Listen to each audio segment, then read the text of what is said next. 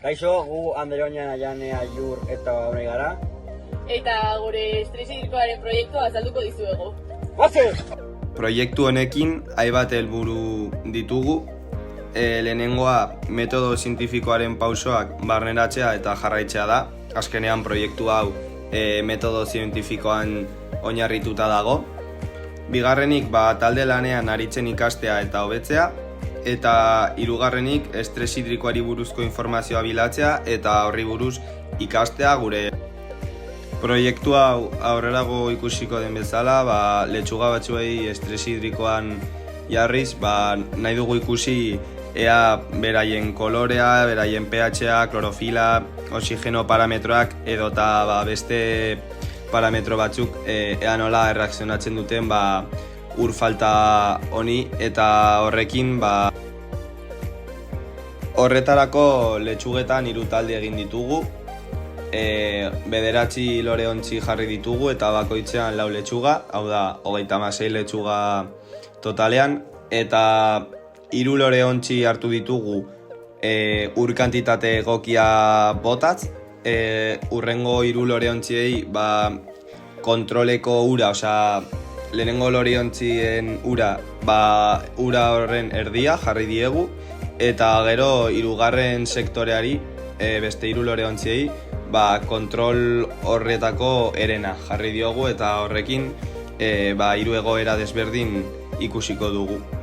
Lehenik eta behin loreontzien neurriak hartu genituen, eta neurri haiekin sareak moztu genituen letxugentzako estalki gisa erabiltzeko.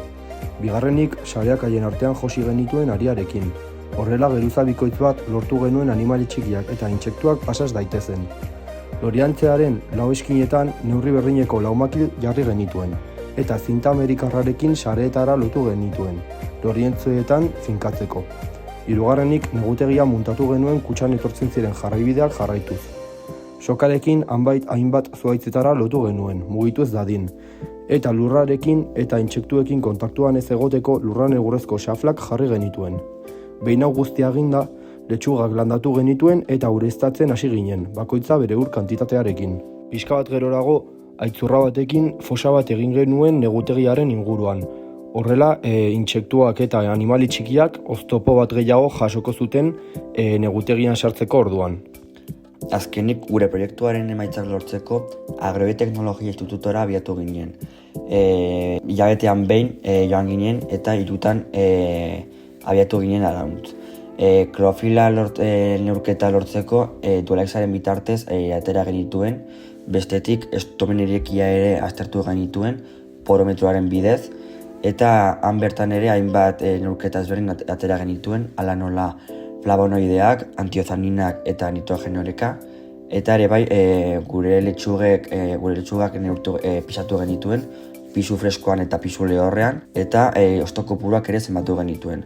Hurrengo aldietan baita ere neurketa berdinak egin genituen, klorofila, pisu freskoa, hosto kopurua eta estomen irekia aztertu genituen, eta gure hipotesiaren dagokionez, gure neurketak eta hipotesia antzekoak izan dira, tertxoak izan ezik, pixkat altuagoa atera zaizkigula gure emaitzak. Eta horren ondorioz, hainbat grafiko atera ditugu egun bakoitzeko eta osotora.